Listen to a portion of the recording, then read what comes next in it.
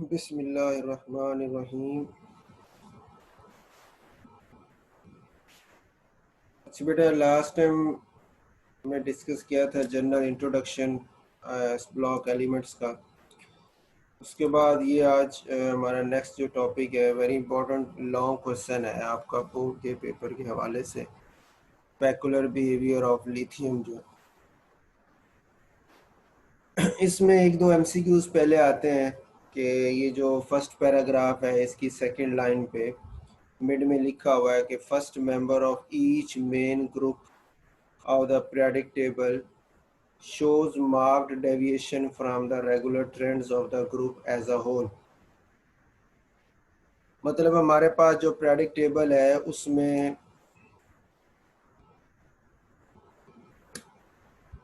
जो एलिमेंट्स आते हैं, ये हमारा periodic table है। हर ग्रुप का जो टॉप पे है, मतलब जैसे ये पहले ग्रुप में अल्कली मेटल के ग्रुप के टॉप पे लिथियम है, इसी तरह ये दूसरे ग्रुप जो है इसके टॉप पे बेरिलियम है, इसी तरह ये तीसरे ग्रुप के टॉप पे बोरोन है, चौथे में कार्बन आती है, पांचवें में नाइट्रोजन है, छठे में ऑक्सीजन है, सातवें में फ्लोरीन है। तो मतलब ये जो टॉप पे एलिमेंट्स आ रहे हैं, यानी हाइड्रोजन तो आपको पता है नॉन मेटल है, वैसे ही वो इस पोजीशन भी जस्टिफाई नहीं है, तो हम लिथियम को फर्स्ट मेंबर यहाँ पे कंसिडर कर रहे हैं अल्कली मेटल के ग्रुप में।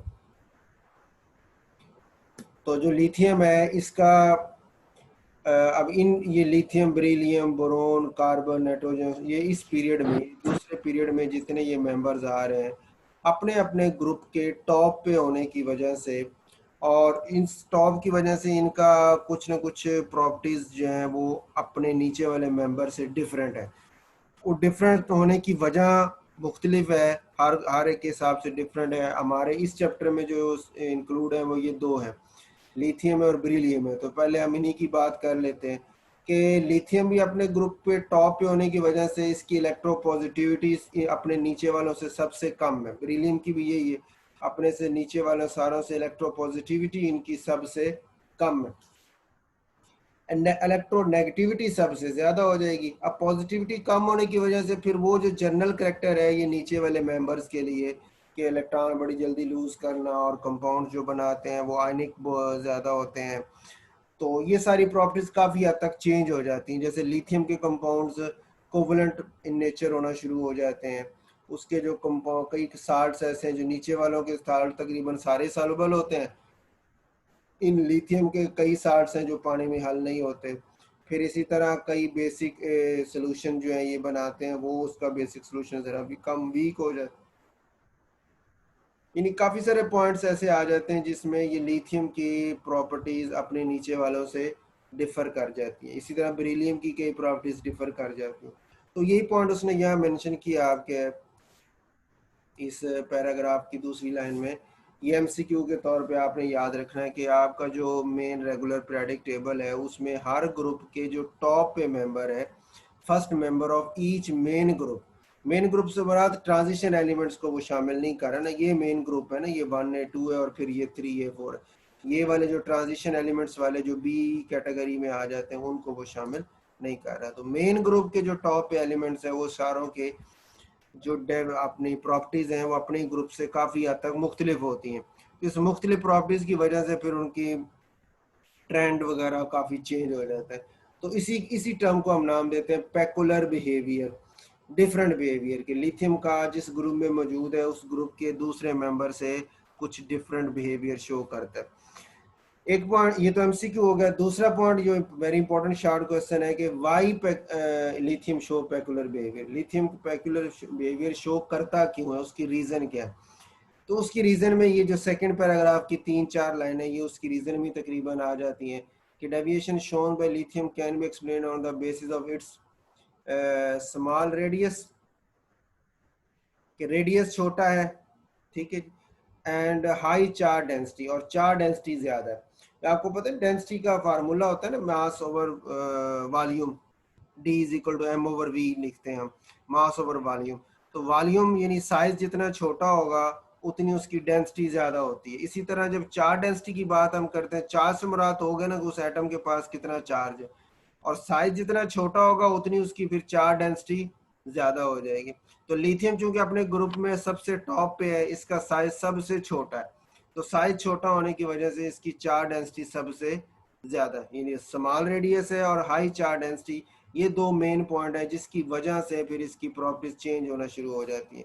वो फिर आगे वो भी उसने बताया अगली लाइन में ना, कहता है so called anomalous properties of lithium. Anomalous मतलब डिफरेंट, हट के, रूटीन से हट के जो प्रॉपर्टीज हैं लिथियम की, वो क्यों है जी? Due to the fact that lithium is unexpectedly far less electropositive than sodium. तो नीचे वाले तो इलेक्ट्रोपॉजिटिव है, तो जो सोडियम इलेक्ट्रोपॉजिटिव है उससे लिथियम की इलेक्ट्रोपॉजिटिविटी बहुत ज्यादा कम हो जाती है, जिसकी वजह से कई प्रॉपर्टीज हमारे पास जो है वो चेंज हो जाती है। तो ये तो हो गया मैं एक शॉर्ट क्वेश्चन इस पॉइंट से कि ये आपका लिथियम पेकुलर बिहेवियर शो करता क्यों। बेरिलियम की भी यही रीजन आएगी, वो वहीं पे उसकी हेडिंग में डिस्कस कर लेंगे।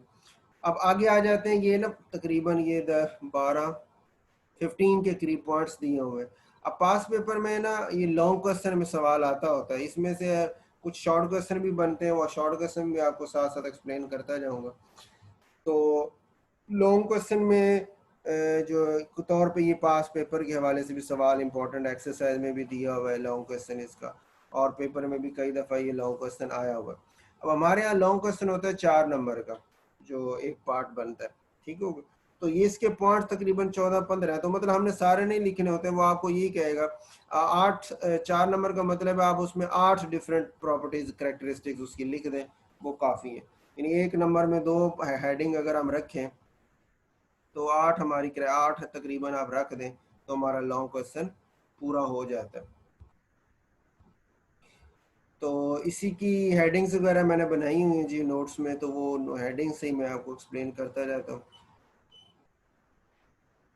ये explain the peculiar behaviour of lithium, important है, टेक्स्ट बुक एक्सरसाइज का ये सवाल है जी। उसके बाद है हमारे पास पेकुलर बिहेवियर लिथियम में, फर्स्ट है हार्डर एंड लाइटर के। इसके आप अपने नीचे वाले ग्रुप मेंबर से पहला जो डिफरेंस आ रहा है वो ये आ रहा है कि ये लाइट है, क्योंकि ये सबसे छोटी मास है, इसकी सबसे थोड़ी मास है, तो इस वजह से इसकी लाइट कैटेगरी में आ जाता है। और हार्डर इसलिए कि साइज छोटा है, नीचे जा रहे हैं ना तो साइज बड़ा हो रहा है, और मेटल्स में आपको पता है मेटालिक बॉन्ड होता है, तो मेटालिक बॉन्ड साइज बड़ा होता जाए तो वीक होता जाता है। तो इस वजह से जब आप ग्रुप में नीचे की तरफ जाते हैं, ये ग्रुप में यानी सोडियम का साइज उससे बड़ा है, पोटेशियम उसके बड़ा, नीचे जा रहे हैं साइज बड़ा होता जा रहा है, मेटालिक बॉन्ड वीक होता जा रहा है, तो एटम्स इतनी मजबूती से आपस में जुड़े हुए नहीं है, सॉफ्ट होते जा रहे हैं, मेटल सॉफ्ट होती जा रही है। यानी नीचे की तरफ ग्रुप में नीचे की तरफ आए तो सॉफ्टनेस बढ़ती जा रही है मेटालिक बॉन्ड के वीक होने से। तो लिथियम चूंकि सबसे टॉप पे है, साइज में सबसे छोटा है, जिसकी वजह से इसका जो इसमें जो मेटालिक बॉन्ड होगा वो स्ट्रॉन्ग होगा, तो स्ट्रॉन्ग होने की वजह से फिर उसमें वो हार्डनेस आ जाती है, तो ये अपने ग्रुप में सबसे ज़्यादा हार्ड है। उसके बाद है जी less solubility of the salts, कि जो लिथियम के साल्ट्स हैं इनकी सॉल्युबिलिटी पानी में बहुत कम है। उसकी रीज़न, मेन रीज़न यही बनती है कि लिथियम का साइज़ है बहुत छोटा, और आपने पढ़ा हुआ है जितना कैटायन वगैरह जो अगर हो तो उनका साइज़ जितना छोटा हो उतनी लेटेस्ट एनर्जी ज़्यादा होती है। लेटेस्ट एनर्जी ज़्यादा होने का मतलब ये है कि वो इतनी आसानी से कंपाउंड जो है वो टूटेगा नहीं, आयोनाइज इतनी आसानी से नहीं होगा, और पानी में डिजोल्व भी नहीं होगा। तो लिथियम का साइज छोटा होने की वजह से, बहुत ज़्यादा छोटा होने की वजह से, इसके जो साल्ट्स हैं हाई चार्ज डेंसिटी वाले एनायंस के साथ, यानी छोटे एनायंस के साथ इसके जो साल्ट्स हैं वो पानी में हल बिल्कुल नहीं होते। और कई ऐसे साल्ट्स में जो लार्ज एनायंस के साथ है, जैसे ये देखें नीचे एग्जांपल दी हुई है, इसी में लिथियम हाइड्रोक्साइड है ना। अब लिथियम हाइड्रोक्साइड में हाइड्रोक्साइड इतना बड़ा एनायन नहीं है, छोटा ही होता है, फ्लोराइड भी छोटा है। अब फास्फेट को देखें तो फास्फेट बड़ा एनायन है, 5 एटमों, 4 ऑक्सीजन और 1 फास्फोरस, 5 एटमों से मिलकर बना हुआ है। कार्बोनेट भी 4 एटमों से मिलकर बना हुआ है, एक लार्ज एनायन है। तो मतलब ये बड़े एनायन है, लेकिन ये एनायन, ये जो कंपाउंड्स बने हुए लिथियम फास्फेट या लिथियम कार्बोनेट, ये भी पानी में हल नहीं होते। तो मतलब लिथियम के स्मॉल साइज की वजह से, लेटेस्ट एनर्जी ज़्यादा होने की वजह से उनकी, आप कह लो कि पानी में इनके साल्ट ज़्यादातर सॉल्युबल नहीं होते। उसके बाद है जी कम्प्लेक्स फॉर्मेशन। अब ये अलग से शॉर्ट क्वेश्चन भी हो सकता है, यानी ये हेडिंग जो बनी जैसे लिथियम हार्डर क्यों है, वही जो रीज़न मैंने एक्सप्लेन की है, ये ऊपर आपका शॉर्ट क्वेश्चन भी बना हुआ है कि साल्ट्स की सॉल्युबिलिटी लेस क्यों होती है, ये शॉर्ट क्वेश्चन हो सकता है। अभी आया नहीं है सवाल पास पेपर में। कम्प्लेक्स फार्मेशन, लिथियम जो है वो कम्प्लेक्स बना सकता है, जिस some stable complex is like this. Complex का नाम शायद आपने पहली दफ़ा सुना हो। कम्प्लेक्स जो है ना वो कंपाउंड्स को कहते हैं कि जैसे आपको ये नजर आ रहा है ना, लिथियम है NH3 4, 4 अमोनिया लिथियम के साथ जुड़े हुए, पूरे के ऊपर प्लस चार्ज है, ये एक कैटायन बना हुआ है ना, ये पूरा एक ही आयन है। मतलब पानी में जब आप ऐड करेंगे तो ये लिथियम और अमोनिया अलग अलग नहीं होंगे, बल्कि ये पूरे के पूरे इकट्ठा ही एक आयन की शक्ल में घूमता फिरेगा। और इसके इस पॉजिटिव के साथ जो भी नेगेटिव पार्ट होगा, जैसे क्लोराइड हो गया, Cl आ गया लेट्स सपोज, तो Cl माइनस आयन अलग हो जाएगा और ये पूरे का पूरा पॉजिटिव आयन अलग हो जाएगा। इसमें से अमोनिया वगैरह जो मॉलिक्यूल लिथियम से जुड़े हुए हैं वो आयनाइज नहीं होते, वो अलग नहीं होते। तो ऐसे आयन को बोलते हैं कम्प्लेक्स आयन, जिसमें एक मेटल होती है जिसके साथ और कुछ 3-4 मॉलिक्यूल जुड़े हुए होते हैं और वो पूरे इकट्ठे एक जैसे ही बिहेव कर रहे होते हैं और वो अलग नहीं होते। सोल्यूशन में भी जाए आयोनाइज भी हों तो वो इकट्ठे फिरते रहते हैं, अलग अलग नहीं होते। तो इस ऐसे आयन को हम बोलते हैं कम्प्लेक्स आयन का। और जिन कंपाउंड में इस तरह के पाए जाए उनको फिर कम्प्लेक्सेस का नाम देते हैं। तो कहते हैं लिथियम जो वैसे तो कम्प्लेक्स बनाने की जो प्रॉपर्टी है ना, ये ट्रांजिशन एलिमेंट्स की होती है। हम पढ़ेंगे छठे चैप्टर में ना, हमारा ट्रांजिशन एलिमेंट्स के ऊपर है। तो ट्रांजिशन एलिमेंट्स की ये प्रॉपर्टीज होती है कम्प्लेक्स कंपाउंड बनाने की, बाकी एलिमेंट्स की नहीं होती। लेकिन कुछ एलिमेंट्स ऐसे हैं जो पेकुलर बिहेवियर की वजह से ये कुछ ना कुछ इस तरह के प्रॉपर्टीज शो कर लेते हैं। अब इस ग्रुप में सिर्फ लिथियम ही है जो ये कम्प्लेक्स बना रहा है, इससे नीचे सोडियम पोटेशियम वगैरह कोई भी ये कम्प्लेक्स नहीं बनाता। अच्छा, अब ये कम्प्लेक्स बना कैसे, इसको ज़रा समझाने के लिए, ये आप देख रहे हैं लिथियम का एटॉमिक नंबर 3 होता है, 1s2 2s1 है, और इसके 2pxyz खाली है 0 के साथ, ठीक है। जब ये आयन बनेगा, लिथियम आयन बनेगा Li प्लस आयन, तो एक इलेक्ट्रॉन लूज कर देगा, तो ये 2s में जो एक इलेक्ट्रॉन था वो अब निकल गया, वो लूज हो गया। अब पीछे आपके पास 1s में 2 रह गए और बाकी ये s भी अब खाली हो गया, px और py pz तो पहले ही खाली थे। अब 4 खाली ऑर्बिटल हो गए और एक s में। अब जब 4 अमोनिया के मालिक्यूल आते हैं तो आपको पता है अमोनिया में एक लोन पेयर होता है ना, नाइट्रोजन के वैलेंस शेल में 5 इलेक्ट्रॉन, 3 वो 3 हाइड्रोजन के साथ शेयर कर लेते हैं, पीछे 2 बच जाते हैं। तो ये जो लोन पेयर होता है ये अब नाइट्रोजन के ऊपर मौजूद होता है। ये लोन पेयर अब इस खाली ऑर्बिटल के साथ कोऑर्डिनेट कोवलेंट बॉन्ड बना लेता है। कोऑर्डिनेट कोवलेंट बॉन्ड आपने पढ़ा हुआ है कि वो जिसमें एक ही एटम जो है वो दोनों इलेक्ट्रॉन प्रोवाइड करता है बॉन्ड बनाने के लिए। तो चूंकि लिथियम के तो ये खाली ऑर्बिटल है, वहां तो इलेक्ट्रॉन है नहीं बॉन्ड बनाने के लिए, तो ये जो 4 अमोनिया के मालिक्यूल्स हैं ये चारों के चारों इन 4 खाली ऑर्बिटल में कोऑर्डिनेट कोवलेंट बॉन्ड बना के जुड़ जाते हैं। तो इस तरह हमारे पास वो कम्प्लेक्स बन जाता है, जिसको हम इस तरह लिखते हैं LiNH3 4 और फुल सारे के ऊपर पॉजिटिव चार्ज। ये जो पॉजिटिव चार्ज ये लिथियम का है, NH3 अमोनिया जो है वो न्यूट्रल स्पीशी है, उसके ऊपर कोई चार्ज वगैरह मौजूद नहीं है। उसके बाद है जी चौथा पॉइंट है रिएक्शन विद वाटर। अब लिथियम हमने पढ़ा अभी कि चूंकि ये आपके ग्रुप में, इस पहले ग्रुप में सबसे टॉप पे है, इसकी इलेक्ट्रोपॉजिटिविटी सबसे कम है। अब इसका साइज भी सबसे छोटा है, जिसकी वजह से वैलेंस शेल भी न्यूक्लियस के पास आ गया, तो इसके लिए इलेक्ट्रॉन लूज करना इतना आसान नहीं है। नीचे जाते जाएं, नीचे ग्रुप में जाते जाएं तो साइज बड़ा होता जाता है, जिसकी वजह से इलेक्ट्रॉन लूज करना आसान हो जाता है और उनके लिए रिएक्शन करना भी आसान हो जाता है। लेकिन जो लिथियम है इसका साइज चूंकि छोटा है, इतनी आसानी से इलेक्ट्रॉन लूज भी नहीं करता, जिसकी वजह से इसकी रिएक्शन करने की एबिलिटी नीचे सोडियम पोटेशियम वगैरह की निस्बत से बहुत कम है। इतनी कम है कि कहता है कि जो lithium reacts with water very much slower, कि लिथियम पानी के साथ बहुत ज़्यादा स्लोली रिएक्शन शो करता है। यानी स्टीम अगर आप ले ना, स्टीम हाई स्टीम का मतलब है कि वाटर एट 100 डिग्री सी, तो स्टीम ले तो फिर जाके लिथियम स्टीम के साथ रिएक्शन कर जाता है और हाइड्रोक्साइड बना देता है, लिथियम हाइड्रोक्साइड बन जाता है। लेकिन आम नॉर्मल कंडीशन में नॉर्मल ठंडे पानी के साथ या नॉर्मल पानी के साथ इसका कोई रिएक्शन नहीं होता। लेकिन आपने सुना होगा कि सोडियम मेटल के बारे में कि उसको मिट्टी के तेल में रखते हैं कि बहुत ज़्यादा रिएक्टिव होती है, कि पानी में वो ठंडे पानी में भी उसको डाल देंगे तो इतनी ज़्यादा रिएक्टिव है कि रिएक्शन उसने शुरू कर देना। तो मतलब ये है कि वो इतनी ज़्यादा नीचे वाली मेटल्स रिएक्टिव हो जाती है।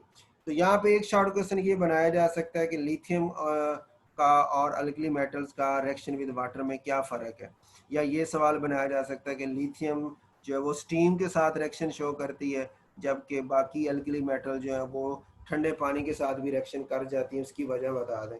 तो दोनों की आंसर में आप ये लिखेंगे कि लिथियम जो है इसकी इलेक्ट्रोपॉजिटिविटी बहुत कम, जिसकी वजह से साइज़ बहुत छोटा, इलेक्ट्रोपॉजिटिविटी बहुत कम, जिसकी वजह से इसकी रिएक्टिविटी बहुत ज़्यादा कम हो जाती है। तो ये फिर स्टीम के साथ रिएक्शन इसका कुछ ना कुछ हो पाता है, आम ठंडे पानी से या नॉर्मल वाटर से ये रिएक्शन नहीं कर पाते। पांचवा जी साल्ट्स ऑफ लार्ज एनाइंस।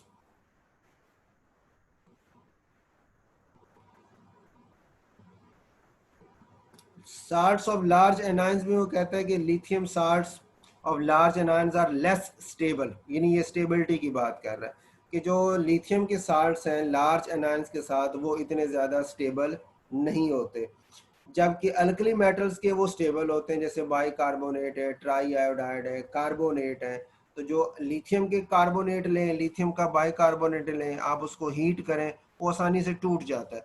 यहाँ इसने शायद रिएक्शन भी लिखा होगा, ये देखें लिथियम का कार्बोनेट है, इसको हीट किया तो टूट के लिथियम ऑक्साइड और कार्बन डाइऑक्साइड गैस में बदल गया। लेकिन अगर यहीं पे सोडियम का कार्बोनेट ले लें या पोटेशियम का कार्बोनेट ले लें तो आप उसको जितना मर्जी हीट करें वो ब्रेक डाउन नहीं होते, वो नहीं टूटते, काफ़ी स्टेबल होते हैं।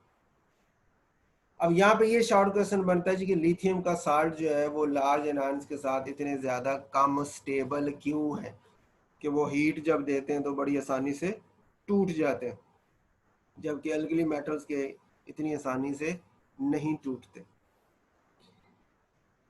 इस चीज़ को समझाने के लिए ये आप डायग्राम ज़रा देखें, ये वाला, ये जो लार्ज सर्कल है ना, ये सपोज करें वो एक लार्ज एनायन है, बड़े वाला जो एनायन होता है ना वो लार्ज एनायन है, और उसके साथ अभी आपने कैटायन जोड़े हुए हैं, लिथियम का कैटायन है, सोडियम का कैटायन है और फिर पोटेशियम का कैटायन लिया हुआ है हमने।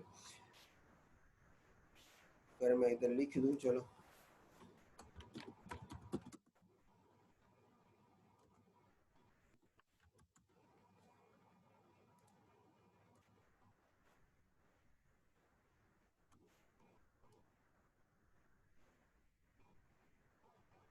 ठीक है, ये जो लार्ज सर्कल है ये आप समझे कोई लार्ज एनायन है और उसके पैरेलल में ये कैटायन आपका पड़ा। अब जरा पहला देखें लिथियम है, लिथियम का साइज बहुत छोटा है। अब जब आप इस छोटे से आयन को इतने बड़े आयन के पास लेके आएंगे तो इनकी आपस में आपको फोर्सेस अट्रैक्शन जो है वो कोई इतनी ज़्यादा स्ट्रॉन्ग बन सकती हैं, मतलब इनकी चार्जेस की साइज की कंपैटिबिलिटी, कंपैटिबिलिटी मतलब मैचिंग नहीं है, एक इतना छोटा है और एक इतना बड़ा साइज है, तो इतना बड़े साइज की जो चार्ज डेंसिटी है वो इतना छोटा सा जो कैटायन है वो उसको कैसे बैलेंस कर पाएगा। तो जिसकी वजह से इनमें आपस में फोर्सेस अट्रैक्शन ज़रूर है लेकिन वो इतनी ज़्यादा स्टेबल नहीं है, स्ट्रॉन्ग नहीं है, मतलब स्ट्रॉन्ग ज़रूर है मतलब लेकिन इतनी ज़्यादा वो स्टेबल नहीं है। स्टेबल का मतलब ये है कि थोड़ी सी उसको कहीं एनर्जी या हीट मिलेगी तो वो फौरन टूटने की कोशिश करेगा। सोडियम देखिए उसका साइज थोड़ा बड़ा है, वो लार्ज एनायन के उसके पास पास यानी साइज थोड़ा बड़ा हो गया, उसके करीब करीब आ गया। अब इसकी इस बड़े आयन की इस बड़े एनायन के साथ जो फोर्स अट्रैक्शन होगी वो काफ़ी ज़्यादा होगी एज कम्पेयर टू लिथियम। जब पोटेशियम की बारी आएगी तो पोटेशियम का साइज और बड़ा, वो इस लार्ज एनायन के और ज़्यादा कंपैटिबल साइज होता जा रहा है। तो साइज कंपैटिबल होने की वजह से उनकी आपस में जो फोर्सेस ऑफ अट्रैक्शन है वो काफ़ी स्ट्रॉन्ग होती जाती हैं, मजबूत होती जाती हैं। तो इतनी ज़्यादा स्ट्रॉन्ग हो जाती हैं कि लिथियम का जो साल्ट बना हुआ है उसको अगर आप हीट करते हैं तो वो बड़ी आसानी से टूट जाता है, लेकिन सोडियम का और पोटेशियम के साल्ट को हीट करें तो वो इतनी आसानी से ब्रेक डाउन नहीं होता। इसी को मैंने ये इस स्ट्रक्चर देखें, ये सेंटर में जो आपको नज़र आ रहा है दो माइनस चार्ज नज़र आ रहे हैं और सी डबल बॉन्ड हो, और ये कार्बोनेट आयन है ना CO3 -2 होता है ना कार्बोनेट एनायन जो होता है, तो ये कार्बोनेट एनायन है CO3 -2, -1 इधर और एक -1 इधर, दोनों मिल के -2 हो जाते हैं। अब दो लिथियम, ये Li2CO3 फार्मूला भी सामने लिखा हुआ है, दो लिथियम, एक ऑक्सीजन के साथ एक लिथियम है, दूसरी ऑक्सीजन के साथ दूसरा लिथियम है जो अटैच हुए हुए। क्लियर हो गए? अब लिथियम, दूसरी तरफ सोडियम कार्बोनेट में भी इसी तरह ऑक्सीजन के साथ दो सोडियम अटैच हुए हैं। अब हमने बात की कि लिथियम जो है इसकी इलेक्ट्रोपॉजिटिविटी बहुत कम है, इलेक्ट्रोपॉजिटिविटी बहुत कम है, इतनी कम है कि इस नेगेटिवली चार्ज ऑक्साइड आयन जो O- है, इसके मुकाबले में उस इसकी जो इलेक्ट्रोनेगेटिविटी है और फिर लिथियम की जो इलेक्ट्रोपॉजिटिविटी है वो आपस में बैलेंसिंग नहीं हो रही, आपस में बैलेंसिंग नहीं हो रही, यानी उनका आपस में बॉन्ड जो है वो इतना ज़्यादा स्टेबिलिटी वाला नहीं है। इसी तरह दूसरी लिथियम भी एक ऑक्सीजन के हिस्से में आ रही है, वो भी इतना ज़्यादा नहीं है। लेकिन सोडियम का साइज चूंकि बड़ा है तो वो इस यानी इलेक्ट्रोपॉजिटिविटी उसकी ज़्यादा है, तो वो O- आयन के साथ कंपैटिबल है, यानी इनकी इलेक्ट्रोपॉजिटिविटी और नेगेटिविटी आपस में बैलेंस आउट हो रही है बड़ी आसानी से, और ये बॉन्ड आपस में इनका बड़ा मजबूत बांड बन रहा है। मजबूत बांड का मतलब ये है कि इनको वहां से तोड़ना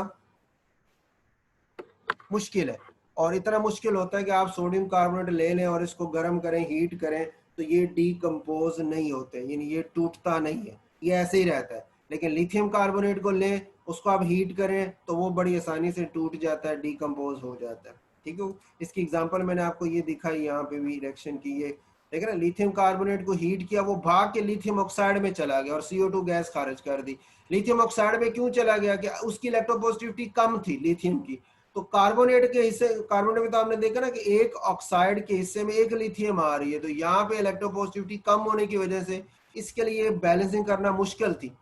लेकिन जब ऑक्साइड बना जिसमें एक ऑक्सीजन के हिस्से में दो लिथियम आ रही है, तो दो लिथियम की इलेक्ट्रोपॉजिटिविटी जो बहुत कम है एक लिथियम की, दोनों की मिल के ऑक्सीजन को बैलेंस आउट करने में काफी कामयाब हो रही है, और ये कंपाउंड स्टेबल है। इसलिए लिथियम कार्बोनेट को जैसे हीट मिलती है वो टूट के जो लिथियम ऑक्साइड है Li2O जो स्टेबल शक्ल है उसमें कन्वर्ट होने की कोशिश करता है और वहां पे शिफ्ट हो जाता है। लेकिन जो सोडियम कार्बोनेट वगैरह वो पहले ही स्टेबल होते हैं, उनको जाने की जरूरत नहीं होती, इसलिए वो टूटते नहीं है, वो डिकम्पोज भी नहीं होते। क्लियर? उसके बाद है जी बात, क्वेश्चन हमारा ये था कि लार्ज एनायंस के जो साल्ट्स हैं वो लिथियम के लेस स्टेबल क्यों होते हैं?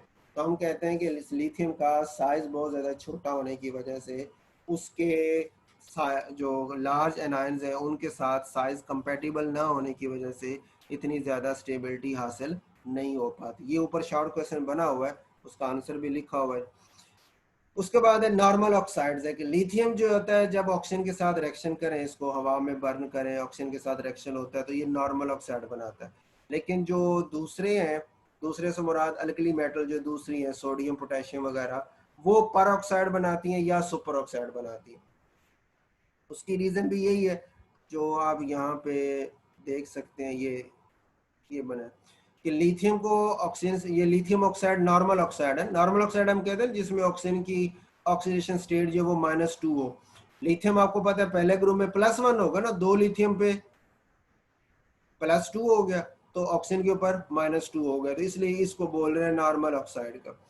जो सोडियम है ये नॉर्मल ऑक्साइड भी बनाती है, लेकिन ये पर ऑक्साइड भी बनाती है, दोनों इसके लिए हैं, मसलन नोन है दोनों में, लेकिन ज्यादातर या ज्यादा स्टेबल जो शक्ल है वो ये पर ऑक्साइड वाली है, कि जिसमें दो सोडियम दो ऑक्सीजन के साथ जुड़ी है। जरा इधर इसमें अगर आप चार्जेस को देखेंगे ना, तो दो सोडियम पे तो +2 हो गया, तो दो ऑक्सीजन पे -2 और एक ऑक्सीजन पे -1, तो वो कंपाउंड जिसमें ऑक्सीजन की ऑक्सीजन स्टेट -1 निकल रही हो उसको हम नाम देते हैं पर ऑक्साइड का।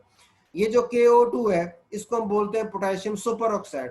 पोटेशियम की तो +1 है ना, और ऑक्सीजन की -1 आ जाएगी दो पे, और एक के हिस्से में -1/2 होगी, तो वो कंपाउंड जिनमें ऑक्सीजन -1/2 हो वो सुपर ऑक्साइड कहलाते हैं, जिनमें -1 हो वो पर ऑक्साइड कहलाते हैं, जिसमें -2 हो वो सिंपल ऑक्साइड या नॉर्मल ऑक्साइड कहलाते हैं। तो कहते हैं लिथियम की इलेक्ट्रोपॉजिटिविटी इतनी कम थी कि वो दो लिथियम मिलके एक ऑक्सीजन की को बैलेंस करने के काबिल हो रहे हैं, इस वजह से लिथियम का ऑक्साइड जो है वो ज्यादा स्टेबल है। सोडियम की इलेक्ट्रोपॉजिटिविटी ज्यादा हो गई लिथियम की निस्बत से, इतनी ज्यादा हो गई कि अब दो सोडियम दो ऑक्सीजन को बैलेंस करने के काबिल है। उधर दो लिथियम एक ऑक्सीजन को बैलेंस कर रही थी नॉर्मल ऑक्साइड में, लेकिन सोडियम की इलेक्ट्रोपॉजिटिविटी इतनी ज्यादा हो गई कि वो अब 2 ऑक्सीजन को 2 सोडियम बैलेंस करने के काबिल है। और पोटेशियम की इलेक्ट्रोपॉजिटिविटी इतनी ज्यादा होगी कि एक ही पोटेशियम 2 ऑक्सीजन के लिए काफी है उसके चार्ज को बैलेंस करने के लिए। तो मतलब ये हमारे पास ओवरऑल ट्रेंड ये बनता है कि जैसे सब नीचे जा रहे हैं इलेक्ट्रोपॉजिटिविटी बढ़ रही है। पॉजिटिविटी बढ़ने की वजह से फिर वो एक ही ऑक्सीजन के हिस्से में फिर ज्यादा मेटल जो है वो आती जा रही है। लिथियम की कम इलेक्ट्रोपॉजिटिविटी थी, 2 लिथियम एक ऑक्सीजन के लिए काफी थी। सोडियम की ज्यादा इलेक्ट्रोपॉजिटिविटी है तो 2 सोडियम 2 ऑक्सीजन के लिए काफी है। और पोटेशियम की इतनी ज्यादा है कि एक ही पोटेशियम 2 ऑक्सीजन के लिए काफी है उनके चार्ज को बैलेंस करने के लिए। ठीक हो। तो यहाँ पे अगर शॉर्ट क्वेश्चन बना लिया जाए कि नॉर्मल ऑक्साइड क्यों बनाते हैं, तो हम यही आंसर देते हैं कि इलेक्ट्रोपॉजिटिविटी लिथियम की चूंकि कम है, इस वजह से ये नॉर्मल ऑक्साइड बना पाती है। और नीचे नीचे जाए तो इलेक्ट्रोपॉजिटिविटी हमारे पास बढ़ती जाती है। ये जैसे इलेक्ट्रोपॉजिटिविटी नीचे की तरफ इंक्रीज हो रही है, तो इलेक्ट्रोपॉजिटिविटी इंक्रीज होने की वजह से फिर उनकी वो जो परऑक्साइड या सुपर ऑक्साइड बनाने की तरफ मूव करते जाते हैं। 7वां पॉइंट है जी stability of lithium hydride. Lithium hydride बहुत ज्यादा स्टेबल होता है। उसकी वजह वही जो हमने पीछे बात की थी यहाँ पे ना लेस सॉल्युबिलिटी ऑफ साल्ट में, कि जो हाई चार्ज डेंसिटी वाले एनायन हैं उनके साथ जब लिथियम मिलता है, लिथियम खुद भी छोटा साइज है, और जब हाई चार्ज डेंसिटी वाले मतलब छोटे साइज वाले एनायन इसके साथ मिलेंगे तो दोनों के दरमियान फोर्स अट्रैक्शन स्ट्रांग होगी, लेटेस्ट एनर्जी ज्यादा होगी, जिसकी वजह से उनको तोड़ना मुश्किल हो जाएगा। तो लिथियम हाइड्राइड में भी सेम यही केस है। लिथियम भी छोटे साइज का है और हाइड्रोजन हाइड्राइड भी आपको पता है हाइड्रोजन के वैलेंस शेल में एक ही इलेक्ट्रॉन होता है ना, तो जब एक और ले लेगा तो हाइड्राइड आयन बन जाएगा।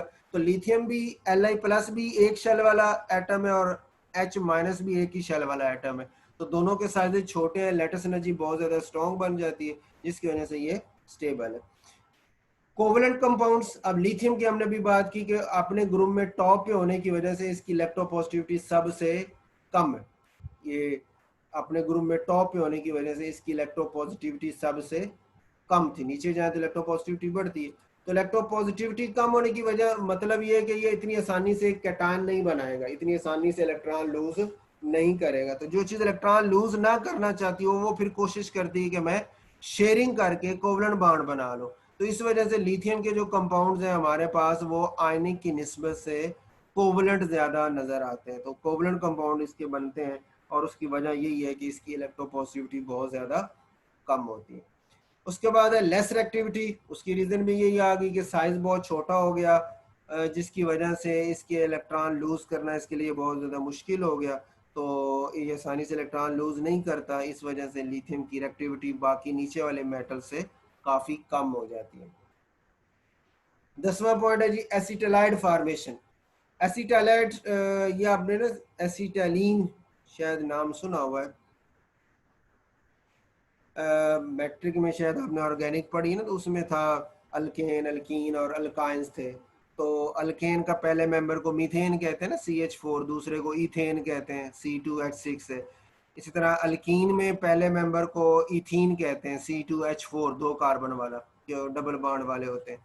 और इसी तरह जो अल्काइन है उसमें जो पहला मेंबर है वो भी 2 कार्बन वाला है C2H2 जिसे हम लिख रहे हैं, और ये इथाइन कहलाता है, या इसका जनरल नाम होता है एसिटाइलिन। तो जो एसिटाइलिन है ना, ये जैसे ये स्ट्रक्चर भी लिखा हुआ ना C ट्रिपल बॉन्ड C लिखा हुआ है, अब C के साथ आप हाइड्रोजन लगा, सोडियम की जगह अगर हाइड्रोजन लगी हो 2 तो वो यही बन जाएगा ना C2H2 बन जाएगा, एसिटाइलिन बन जाएगी।